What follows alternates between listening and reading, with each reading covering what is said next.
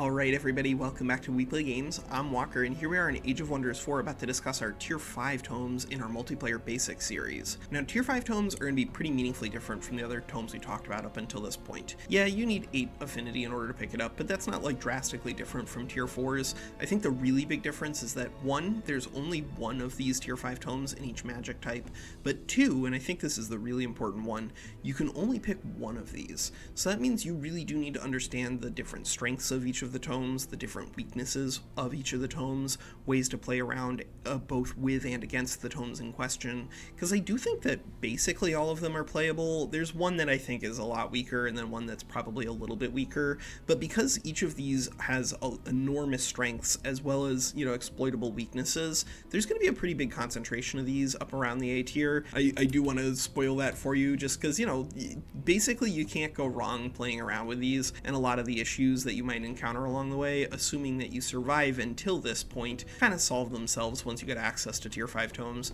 These things are really, really powerful. So, that said, let's kick things off by talking about our first tome here, the Tome of the Archmage. So I think we do need to talk about the elephant in the room before we talk about, the rest of the Tome of the Archmage, because there's a lot of really great stuff here, but we do have Disruption Wave. Now, Disruption Wave is up there with Awakened Instincts and Spelljammers in terms of things that are almost always going to be banned in a PvP situation right now. It does sound like Spelljammers are being reworked to the point where they are actually testable in multiplayer. We'll see how the 100% casting works, but it sounds very, very good to me. And so hopefully there's some sort of change coming for Disruption Wave, but ultimately this spell right now is just too good, and that's really unfortunate for Astral, because it means that it really does get banned a lot, and that means that Astral doesn't get access to a very powerful ability that it does desperately need. Dispels all negative status effects on all allies is something that I was really hoping we would find here on Arcane Restoration. Maybe it would be too powerful there, but you're definitely getting access to it here, or at least you would, except that it also dispels all positive status effects on all enemies and disables enemy unit enchantments for 3 turns.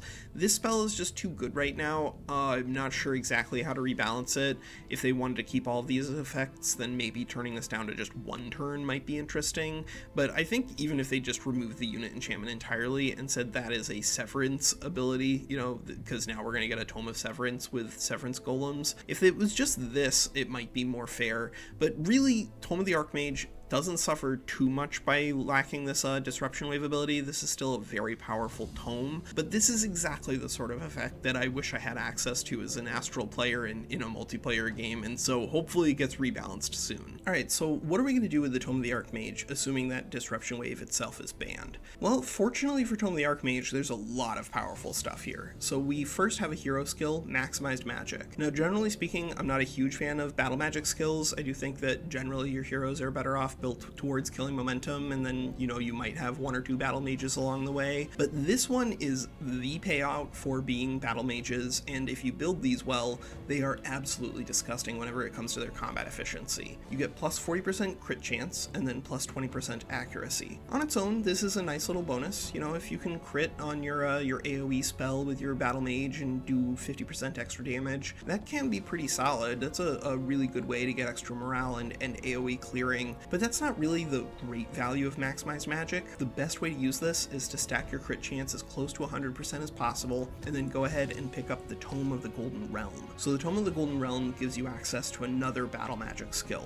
Gilded Magic. Makes critical hits with magic attacks inflict Gilded for 1 turn. Gilded is a stun effect. It's not going to ignore things that are naturally status immune, but it's going to get through anyone who's naturally immune to Frozen, so you don't have to worry about that interaction. And this thing isn't a percentage-based effect. It doesn't check against status resistance. All it asks is that you accomplish a critical hit. And because you have that, 40% extra crit chance here out of Maximized Magic, you really can get up to 100% if you really want to. The downside, of course, is that in order to take Tome of the Archmage, you do need 8 Astral Affinity, because this is a Tier 5 tome. And then, of course, the Materium Affinity for the Tome of the Golden Realm, you're going to need at least 6 in order to pick that up. That's not like an impossible ask. You should be able to get 8 and 6 pretty easily. But there's another really powerful part of the Tome of the Archmage that doesn't really care if you have 6 Materium Affinity, because at the moment Gold Golems are not currently Magic Origin or combat summons, and this is a very, very powerful unit enchantment. So what do we get? We get 30% extra damage and very fast movement. Very fast movement is going to make all of our Magic Origin guys move 48 on the world map and in combat. This is basically a permanent haste effect that can't be disenchanted except by,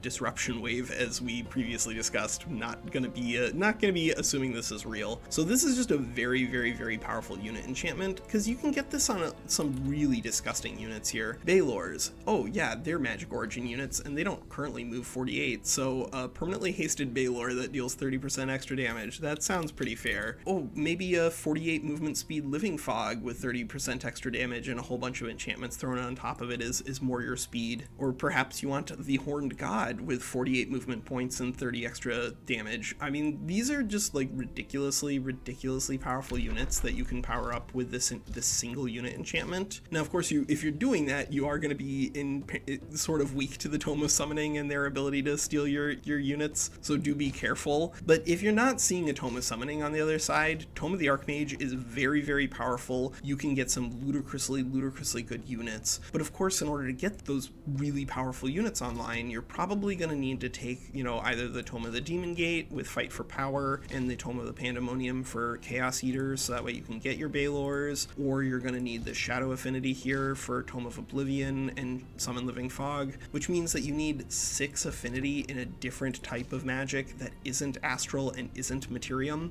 You can accomplish both Cosmic Overdrive and Maximized Magic if you're very careful with the way that you use your tomes, especially if you're willing to do like the reset juggle when it comes to what you get out of your signature skills. But it's complicated and micro intensive, and if you don't want to do it, more power to you. I think there's no shame in coming back to pick up Gilded Magic after the fact if that's the direction you want to go. But this really is a very, very powerful unit enchantment. You just need to give it the units to enchant, and then it's fantastic. You also have a really cool utility spell here in Astral Travel. This is not like, the world spell that's going to change the nature of the game, because you do have other things that allow you to teleport your ruler, and for that matter, your ruler stack, if you build that in your wizard tower. But being able to strategically teleport your leader around the board can do some really, really silly things when it comes to unlocking sieges and the like, and ways to use the Tome of the Archmage both offensively as well as defensively. And then of course you also get a really powerful debuff spell here in Time Stop. Now this is only on a 1 hex radius, and so you're not going to be like,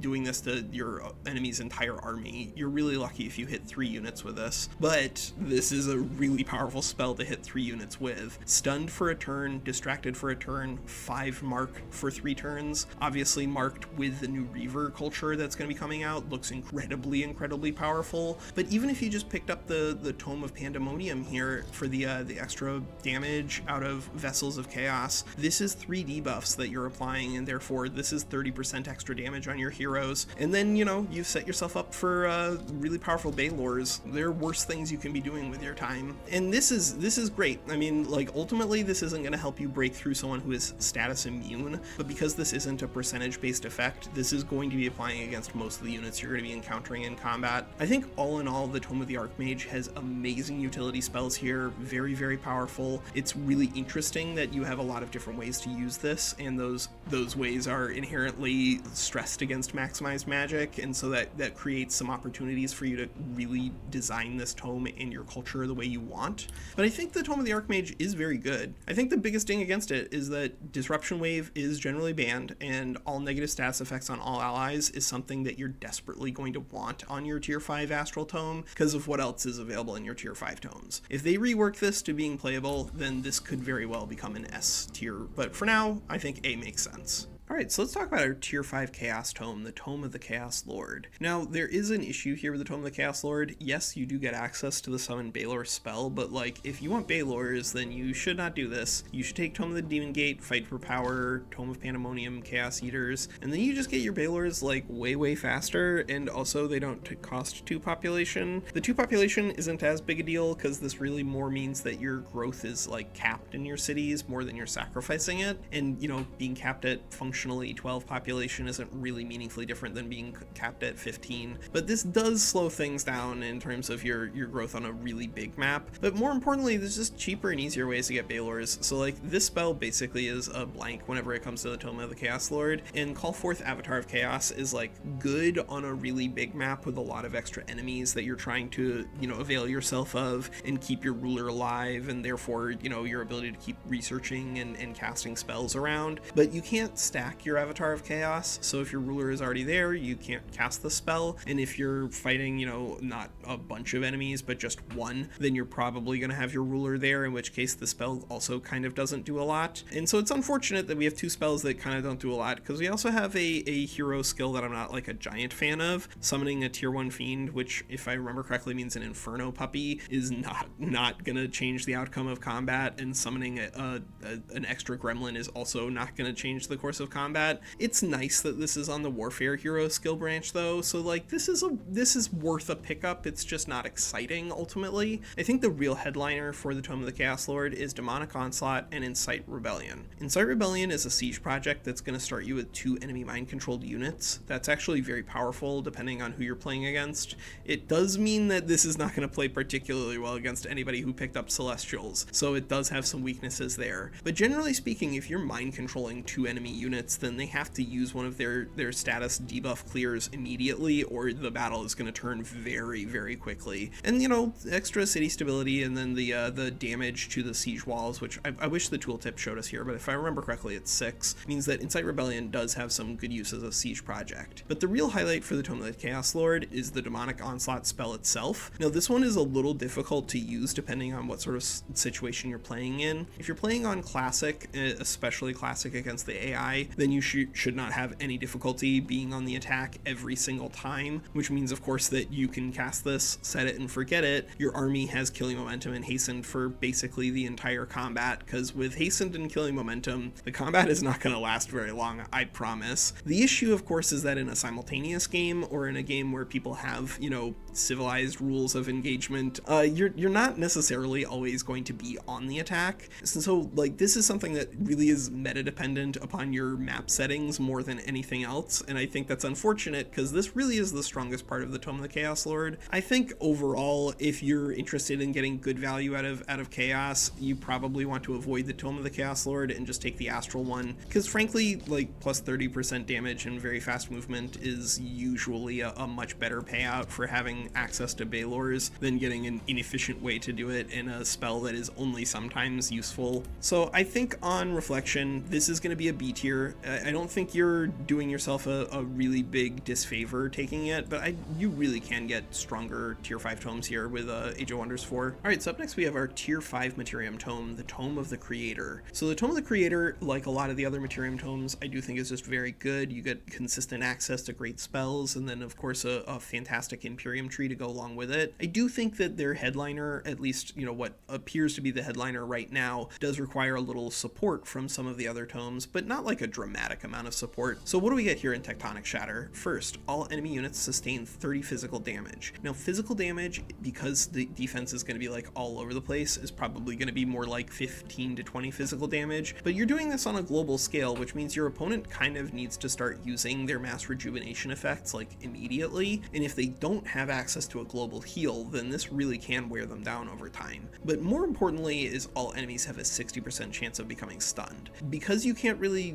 kill an entire army with just physical damage, you kind of need to be the attacker when it comes to using Tectonic Shatter and trying to use this 60% chance of stunning. Now 60% doesn't sound like a lot, but you do need to keep in mind that there are lots of great ways to reduce enemy status resistance. Blizzard is a fantastic spell. Flash Freeze is even better, right? -5 status resistance is huge. But even if you don't have either of those, and for some reason you go into Order and you pick up Condemn Army, Condemned is -3 status resistance. If you can just get one of those effects, then you can maintain this as being roughly a 50% stun here. And if you can get it over a 50% stun, then good for you. That is where you're getting insane value. Because if you just skip like half of your opponent's army's actions every single turn in combat, and they're also taking, 15 to 20 damage every single turn in combat from your Tectonic Shatter, you're gonna have a huge advantage in that combat. Even if you do eventually run out of casting points, doesn't matter, right? If the first 3 turns of combat are you skip 9 actions out of your opponent, it's gonna be pretty hard to lose. Now, of course, the counterplay to this is that you want to make sure that you have good ways to increase your status resistance, especially against someone who has flash freeze.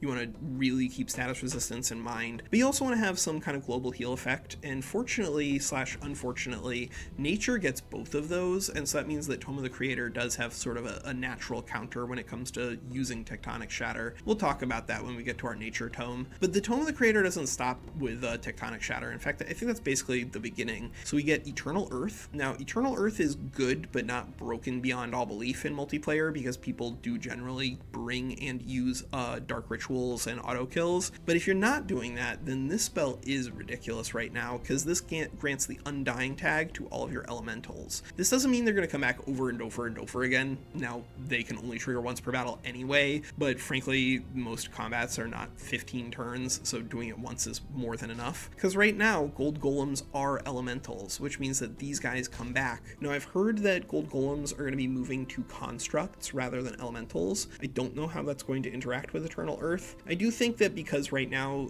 there is a lot of counterplay to corpses being on the field, this isn't like a broken unit enchantment, but it is sort of like Tectonic Shatter, where it says, hey, if you don't have something in your sideboard that's going to help you against my Undying gold golems, then you're in a lot of trouble. You also get access to the best combat summon spell in the game. I'm not sure why that went to Materium rather than Astral, because Astral does have stuff that says, hey, are you doing combat summons or not? But whatever. Like, I like Materium. I don't hate seeing Earth Titans here. I do think that it would be really great if Stone Spirits could evolve into these, because I don't think that Stone Spirits are like inherently broken units, and I don't think it would make Terramancy and Rock like busted beyond all belief. But as it stands now, just being able to get it on the field out of a Call of the Earth is actually pretty nice. You get Seismic Slam, which of course is going to give you a 90% chance of inflicting Immobilized. It's not quite a stun effect, and of course is like meaningfully worse against ranged units like Shrines of Smiting, and because the Earth Titan is actually weak to spirit damage,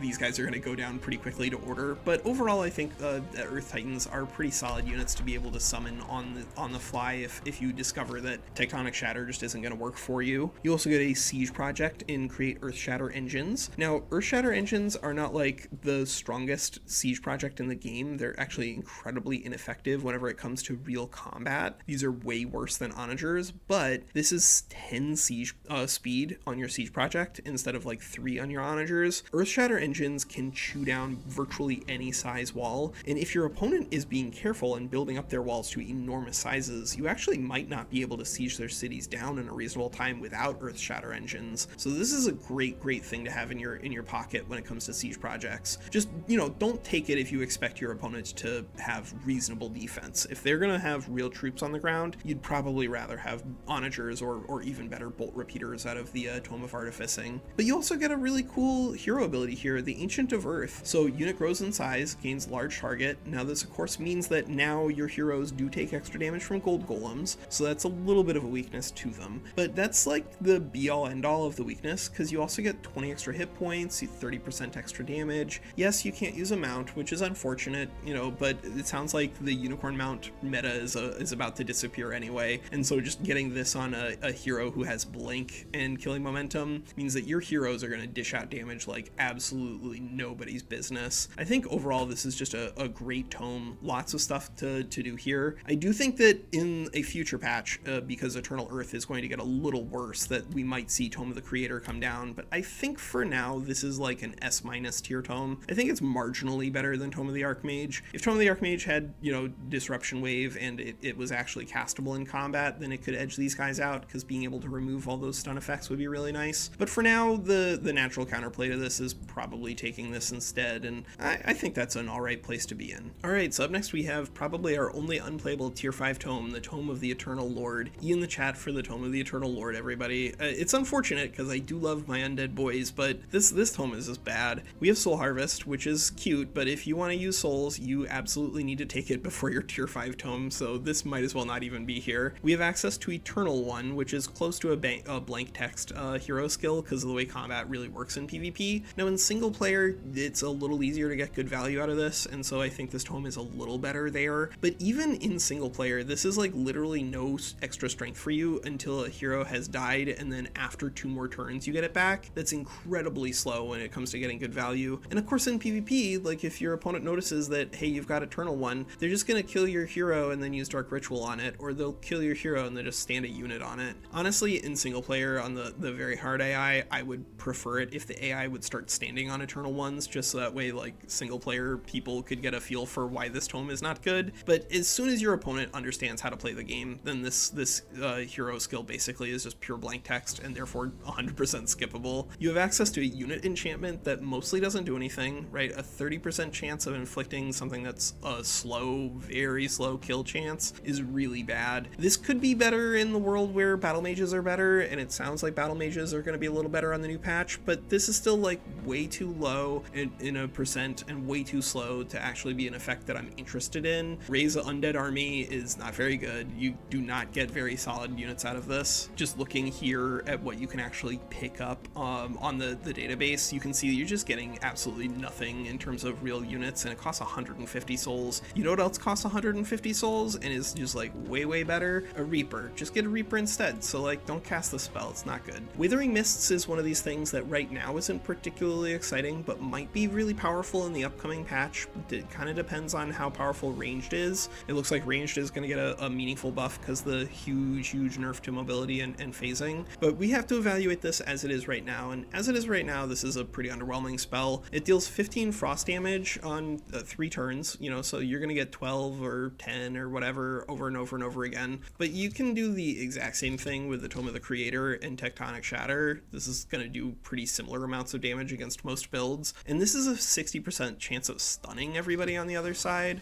whereas this guy is a 90% chance of blinding for 1 turn and a 90% chance of weakened 1. Now, weakened 1 is, I don't think, enough. If this was weakened 2 or weakened 3, I think that would be a lot more interesting, both for dark players as well as for the game generally, because right now it's pretty trivial to get 5 strengthened over and over again if you really want to, and you usually do. And so I think the meta would be more interesting if this is a larger weakened effect. But the blind might be great. If it turns out that in the new patch that Glade Runners are just like amazing without the phasing unicorn effect to keep them in check, then Withering Mist and the Tome of the Eternal Lord could get meaningfully better. But this is really, I think, the thing that's trying to hold the tome together at the moment, and really is one of those things that's a little better future-proofed, because Battlefield Reanimation is going to get taken on the nose in the upcoming patch, because now there's an ability that allows anybody to do a global corpse clear over and over again as a tactical spell. I don't think that's particularly fair to necromancers, because these guys are not at the top of their mark here in Age of Wonders 4, and so like a global corpse clear is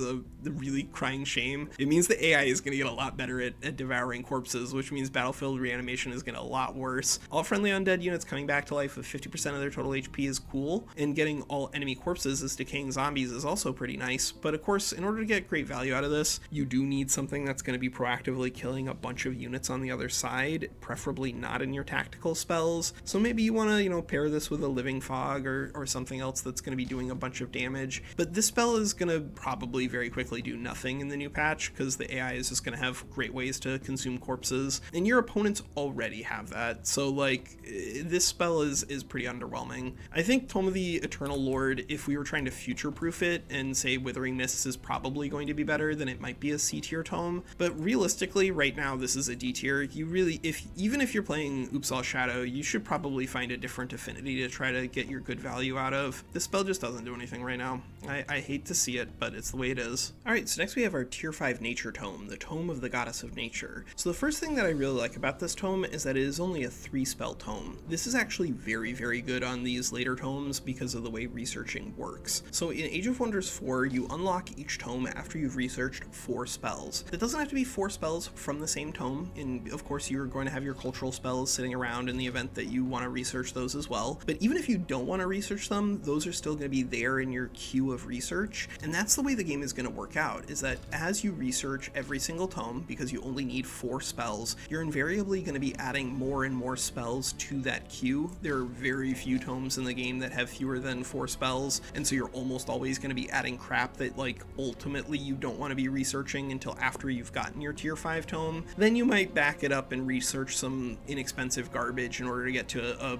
a further and further tome down the road. But overall, having fewer spells is actually really good because it means that you're not adding stuff to that queue. But critically, whenever you research a new tome, it's going to show you 3 spells. It's not going to show you all of the spells from that spellbook, and that means that you might get screwed. So like if you research Tome of the Creator and you don't get shown Tectonic Shatter as one of your options, you kind of have to just start going fish and just shuffling your spells over and over again to find this, because it's very powerful early on and then slows down as the game goes on. So you want to get this online like super duper early. Same with stuff like, you know, the Astral. If you're trying to play around with Cosmic Overdrive and you don't get shown this as one of your choices, then you gotta go fishing, and that means that you might have to spend hundreds of mana in order to find the spell that you're trying to unlock. Hundreds of mana shouldn't bankrupt you, but if you have to do that a couple of times, it can be really annoying, and be aware of that. That is a meaningful cost to doing research, and that means that Tome of the Goddess of Nature has a pretty big advantage over the other high tier tomes. You see what you need immediately. You start researching this one, and then depending on who you're playing against, you probably lock either this or this, probably this one, but this has some good utility, and then you just get both of your good spells immediately, and then you can just, you know, you're off to the races. You saved a ton of mana on this tome unlock, and it's not like all of the tomes have great spells either. Like there's almost always at least 1 or 2 that are skippable, and so the fact of the matter is that having fewer spells in your spellbook, especially on the higher tier tomes, is almost a net positive. That's one of the many reasons I don't like Tome of Paradise. But Tome of the Goddess of Nature, what do we got in terms of our spells and our abilities? Well, we have a hero skill that I mostly am not a big fan of. Base attacks have a 60% chance of inflicting poison, decaying, weakened, or immobilized for 3 turns. Is one of those things that I'm pretty skeptical about, but it is on the warfare branch, and of course poisoned is going to start stacking, which means that this could have a lot more utility in the game post patch. And I do think that decaying isn't like a bad effect. I think out of all of them, like the worst effect here is just the fact that it's only 60% chance. I think if this was an automatic success, then obviously this would be a lot stronger. I'm not sure if this is like exactly where Avatar of Nature needs to be in comparison to the other tier 5 hero tomes, but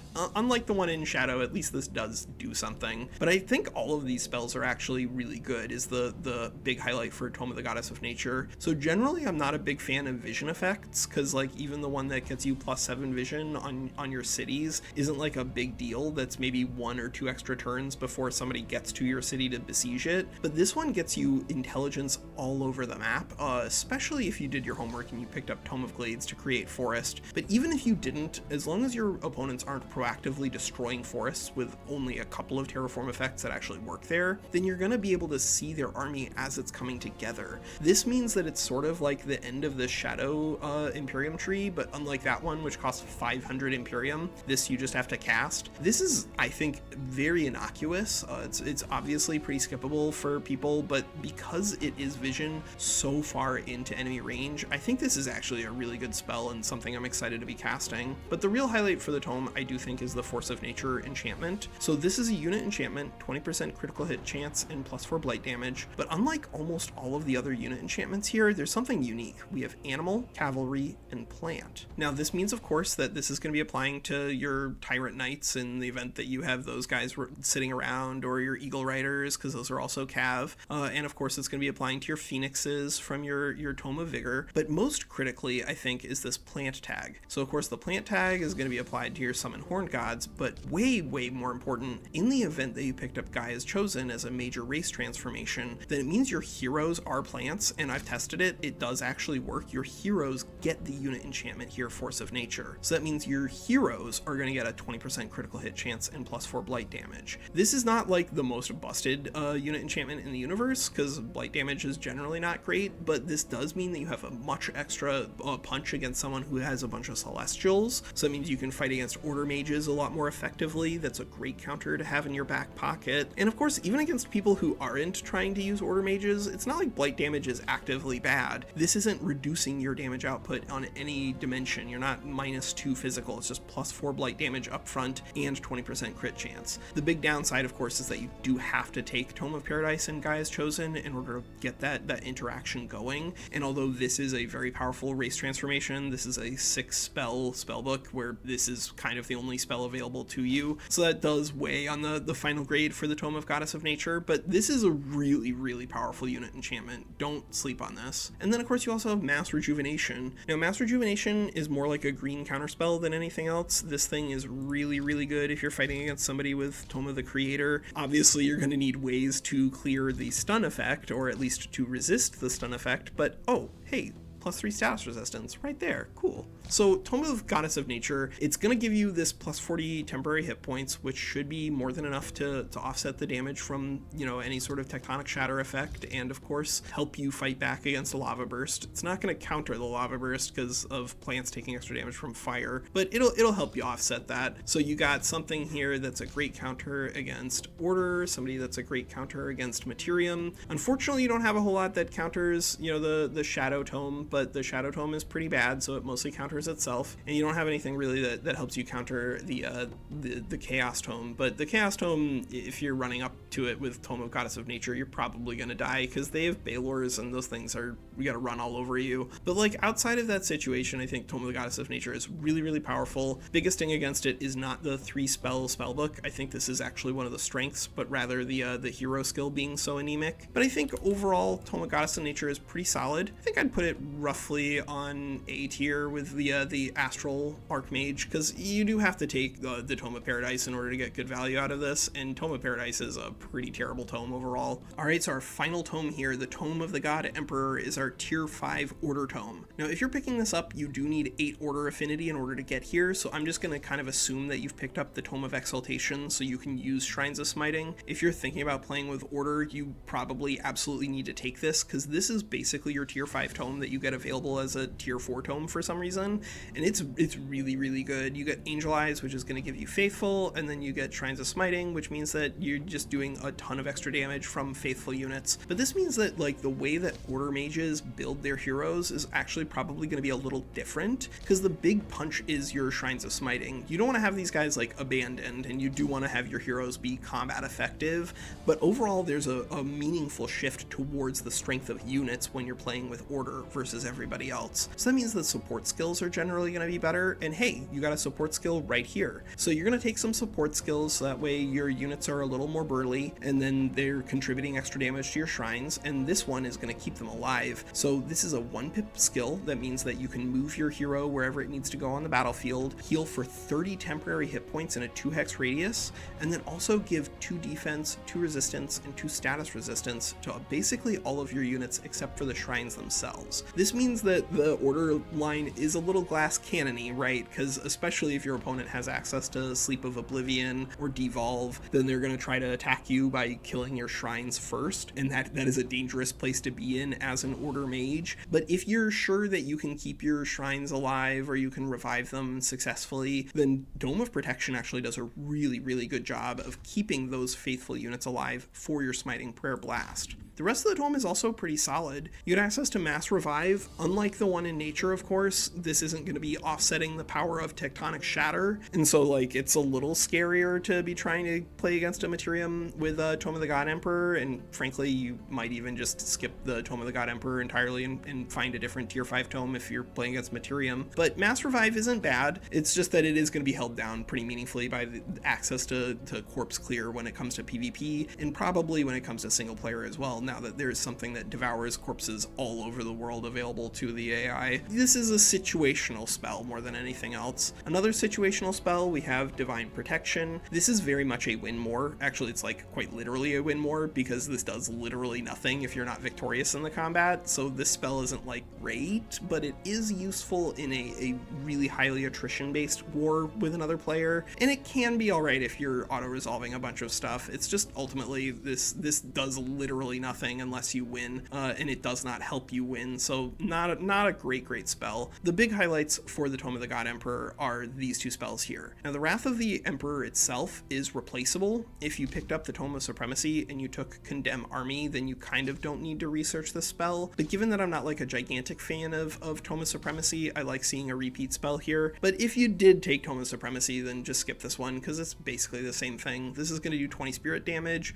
Demoralized, and Condemned. These are all great effects. It's just that Order has literally the same thing going on there. If cast into enemy territory, though, it will deal 30 damage instead, which is nice. And then, of course, the Condemned bonus is very good with Zeal. But I think the real strength of the Tome is supposed to be this spell. The big downside, of course, is that this doesn't really do anything about keeping the Shrines of Smiting that you're probably going to be casting this on alive, and your opponent, if they see an Exalted Champion on a Shrine of Smiting, had better have access to Sleep of Oblivion or Devolve, or you're going to kill them very quickly. And this one does kind of ignore Devolve as well, because status protection plus 10 status resistance on your shrines, those things cannot be targeted by anything that doesn't automatically succeed. And they also do 100% extra damage for 3 turns. Yeah, like this is unfortunate that it is counterable with some of the things that are generally in the game, but most of the time Exalted Champion on a Shrine of Smiting is just a fantastic plan when it comes to Order Mages. I think overall the Tome of the God Emperor is pretty close to a single spell tome.